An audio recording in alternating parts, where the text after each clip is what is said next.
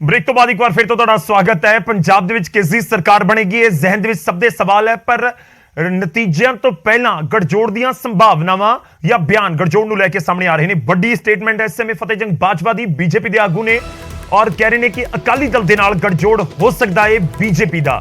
ਜੇ ਸ਼੍ਰੋਮਣੀ ਅਕਾਲੀ ਦਲ 35 ਤੇ ਬੀਜੇਪੀ 15 ਤੋਂ ਲੈ ਕੇ 22 ਸੀਟਾਂ ਦੇ ਉੱਤੇ ਜਿੱਤ ਹਾਸਲ ਕਰਦੀ ਹੈ ਤਾਂ ਗੜਜੋੜ ਦੀਆਂ ਸੰਭਾਵਨਾਵਾਂ ਨੇ। पर हंग असैंबली की ज्यादा संभावना है।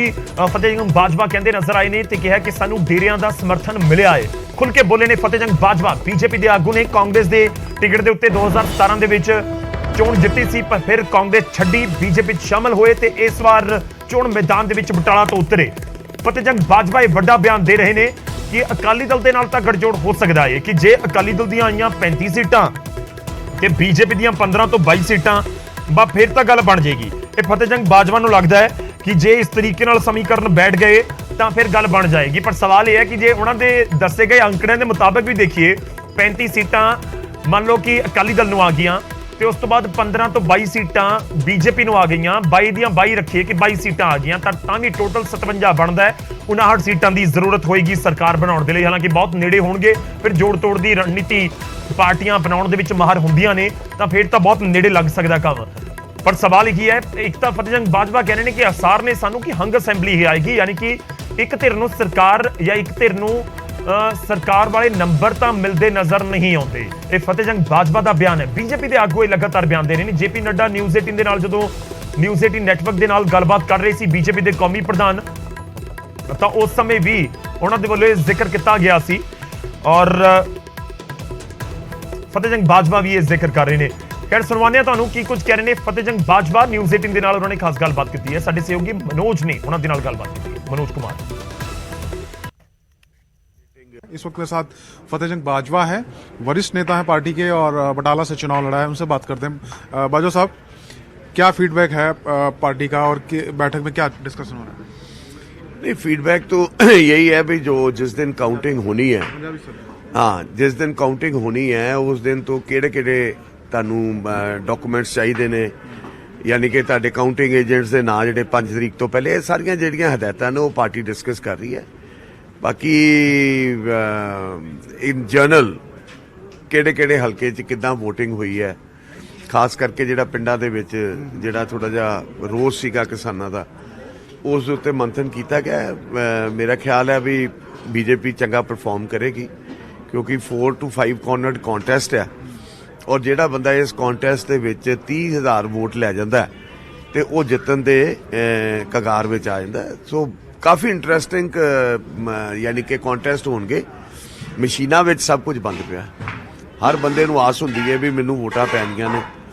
So let's hope for the best ਕਿਉਂਕਿ ਡੇਰਿਆਂ ਨੇ ਵੋਟ ਕੀਤੀ ਹੈ। ਮਾਲਵੇ ਵਿੱਚ ਬੀਜੇਪੀ ਨੂੰ ਬਹੁਤ ਬਲ ਮਿਲੇਗਾ।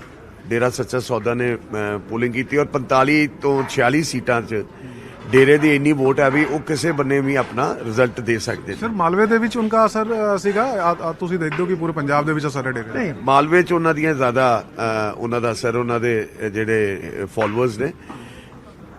ਮਾਝੇ ਦੇ ਵਿੱਚ ਔਰ ਦੁਆਬੇ ਵਿੱਚ, ਮਾਝੇ ਵਿੱਚ ਰਾਧਾ ਸੁਆਮੀ ਵਾਲਿਆਂ ਦਾ ਹੈਗਾ ਡੇਰਾ, ਉਹ ਵੀ ਡੇਰਾ ਉਹਨਾਂ ਨੇ ਵੀ ਸਪੋਰਟ ਦਿੱਤੀ ਹੈ। ਦਿਵਿਆ ਜੋਤੀ ਵਾਲਿਆਂ ਨੇ ਸਪੋਰਟ ਦਿੱਤੀ ਹੈ, ਨਿਰੰਕਾਰੀਆਂ ਨੇ ਸਪੋਰਟ ਦਿੱਤੀ ਹੈ, ਨਾਮਧਾਰੀਆਂ ਨੇ ਸਪੋਰਟ ਦਿੱਤੀ ਹੈ। ਸੋ ਮੋਰ ਔਰ ਲੈਸ ਜਿਹੜੀ ਸਾਇਲੈਂਟ ਵੋਟ ਹੈ, ਜਿਹੜੀ ਬੀਜੇਪੀ ਨੂੰ ਇਹ ਪੈਣੀ ਹੈ, ਉਹ ਰਿਜ਼ਲਟਸ ਨੂੰ ਕਾਫੀ ਅਸਰ ਹੋਏਗਾ ਉਹਦਾ, ਜੋ ਮੈਂ ਸਮਝਦਾ ਬੜੇ ਅਸ਼ਰਪੂਰ ਰਿਜ਼ਲਟ ਵੀ ਆਣਗੇ। ਪਰ ਕਿਉਂਕਿ ਬੀਜੇਪੀ ਪਹਿਲੀ ਵਾਰ ਪੰਜਾਬ ਦੇ ਪਿੰਡਾਂ ਦੇ ਵਿੱਚ ਵੀ ਜਾ ਕੇ ਲੜੀ ਹੈ, ਸੋ ਮੈਂ ਇਹ ਸਮਝਦਾ ਵੀ ਬੀਜੇਪੀ ਅੱਛੀਆਂ ਸੀਟਾਂ ਲੈ ਕੇ ਜਾ ਸਕਦੀ ਹੈ। ਬਾਕੀ 10 ਤਰੀਕ ਨੂੰ 12 ਵਜੇ ਤੱਕ ਕਾਫੀ ਕੁਝ ਤੁਹਾਡੇ ਸਾਹਮਣੇ ਆ ਜਾਣਾ। ਤੁਹਾਡਾ ਆਕਲਨ ਕੀ ਹੈ ਬਾਜਵਾ ਸਾਹਿਬ, ਬੀਜੇਪੀ ਕਿੱਥੇ ਖੜੀ ਨੇ, ਕਿੰਨੀ ਇੱਕ ਸੀਟਾਂ ਬੀਜੇਪੀ ਜੀ ਸਕਦੀ ਹੈ ਇਲੈਕਸ਼ਨ ਦੇ ਵਿੱਚ, ਔਰ ਤੁਹਾਡੀ ਸੀਟ ਬਟਾਲਾ ਦਾ ਕੀ ਰਹੂਗਾ? ਦੇਖੋ ਕੋਈ ਗੈਸ ਨਹੀਂ ਕਰ ਸਕਦਾ, ਬਾਕੀ ਗੁਰੂ ਮਹਾਰਾਜ ਦੀ ਕਿਰਪਾ ਰਹਿਣੀ ਚਾਹੀਦੀ ਹੈ। I am keeping my fingers cross. Batala ਅਸੀਂ ਵੱਡੀ ਚੰਗੀ ਲੀਡ ਨਾਲ ਜਿੱਤਾਂਗੇ ਕਿਉਂਕਿ Batala basically it's Hindu BJP dominating area, ਔਰ ਜਿਹੜਾ ਪਿੰਡਾਂ ਦਾ ਸੀ ਉੱਥੇ ਅਸੀਂ ਬਾਜਵਾ ਪਰਿਵਾਰ ਦੇ ਨਾਂ ਤੇ ਅਸੀਂ ਜਿਹੜੀ ਵੋਟ ਲਈ ਹੈ, ਬੀਜੇਪੀ ਦੇ ਨਾਂ ਤੇ ਵੀ ਵੋਟ ਲਈ ਹੈ ਔਰ ਪਿੰਡਾਂ 'ਚ ਵੀ ਲੀਡ ਕਰਦੇ ਆਵਾਂਗੇ।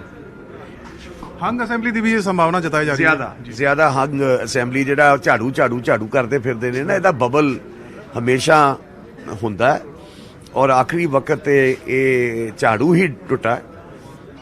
ਡੇਰਿਆਂ ਦਾ ਵੀ ਵੋਟ, ਦੀਪ ਸਿੱਧੂ ਦਾ ਵੀ ਵੋਟ, ਇਹ ਸਾਰੀਆਂ ਚੀਜ਼ਾਂ ਮੈਟਰ ਕੀਤੀਆਂ ਨੇ ਔਰ ਮੇਰੇ ਹਿਸਾਬ ਨਾਲ ਹੰਗ ਵਿਧਾਨ ਸਭਾ ਆਏਗੀ ਔਰ ਉਹਦੇ ਵਿੱਚ ਗਵਰਨਰ ਰੂਲ ਲੱਗੇਗਾ ਤੇ बीजेपी ਦੀ ਬੱਲੇ ਬੱਲੇ ਹੋਏਗੀ।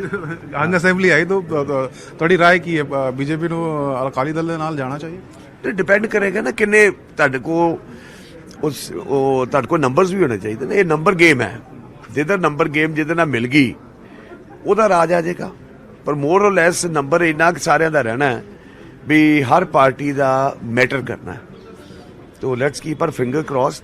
ਅਸੀਂ ਸਮਝਦੇ ਹਾਂ ਵੀ ਬੀਜੇਪੀ ਦਾ ਬੈਸਟ ਚਾਂਸ ਹੈ ਔਰ ਆਉਣ ਵਾਲੇ ਸਮੇਂ ਵਿੱਚ ਬੀਜੇਪੀ ਤਗੜੀ ਹੀ ਹੋਣੀ ਹੈ। ਚੰਨੀ ਸਰਕਾਰ ਰਿਪੀਟ ਨਹੀਂ ਹੋਣੇ ਜਾ ਰਹੀ? ਚੰਨੀ ਸਰਕਾਰ 20 ਸੀਟਾਂ ਤੋਂ ਘੱਟ ਹੈ। ਆ ਕਾਗਜ਼ ਤੇ ਲਿਖ ਕੇ ਲੈ ਲਿਓ, 20 ਕਾਂਗਰਸ 20 ਸੀਟਾਂ ਤੋਂ ਘੱਟ ਆਏਗੀ। ਆਮ ਆਦਮੀ ਪਾਰਟੀ ਦਾ ਬਬਲ ਹੈ 35 40 ਕਿਤੇ ਸੀਟਾਂ ਤੇ ਜਾ ਕੇ ਰੋਕ ਲੱਗ ਜਾਏਗੀ। ਤੁਹਾਡੀ ਪਾਰਟੀ ਔਰ ਗਠਬੰਧਨ ਐਨਡੀ? ਇਹ ਦੇਖੋ ਅਸੀਂ ਮੈਂ ਵੀ ਅੰਦਾਜ਼ੇ ਲਾਈ ਜਾਵਾਂ, ਇਹ 10 ਤਰੀਕ ਨੂੰ ਤੁਹਾਨੂੰ ਨਜ਼ਰ ਆ ਜਾਣਾ। ਮੈਂ ਸਮਝਣਾ 15 ਤੋਂ 22 ਸੀਟਾਂ ਬੀਜੇਪੀ ਔਰ 35 ਸੀਟਾਂ ਜੇ ਅਕਾਲੀ ਲੈ ਜਾਂਦੇ ਨੇ ਤੇ गठबंधन बन सकता है। बहुत बहुत धन्यवाद सर। तो बाजवा साहब दस रहे हैं कि 10 तारीख को जो स्थिति है वो साफ हो जानी है और ज़्यादातर संभावना हंग असेंबली की भी है, लेकिन अगर अकाली दल 35 सीटें ले जाती है तो बीजेपी के साथ उनका गठबंधन हो सकता है। चंडीगढ़ से कैमरामैन जितेंद्र सिद्धू के साथ मनोज कुमार, न्यूज़ 18। ਤਾਂ ਫਤਿਹ ਜੰਗ ਬਾਜਵਾ ਦਾਵਾ ਕਰ ਰਹੇ ਨੇ ਵੱਖ-ਵੱਖ। ਪਹਿਲਾ ਦਾਵਾ ਹੰਗ ਅਸੈਂਬਲੀ ਵਾਲਾ ਕਿ ਹੰਗ ਅਸੈਂਬਲੀ ਹੋਏਗੀ ਅਸਾਰਜ਼ਾਦਾ ਨੇ। ਦੂਜਾ ਦਾਵਾ 15 ਤੋਂ 22 ਸੀਟਾਂ ਬੀਜੇਪੀ ਦੇ ਖਾਤੇ ਹੋਣਗੀਆਂ ਔਰ ਤੀਜਾ ਦਾਵਾ ਕਿ ਗੜਜੋੜ ਅਕਾਲੀ ਦਲ ਦੇ ਨਾਲ ਹੋ ਜਾਏਗਾ ਜੇਕਰ ਉਹਨਾਂ ਦੀਆਂ 35 ਕੋ ਸੀਟਾਂ ਆ ਗਈਆਂ।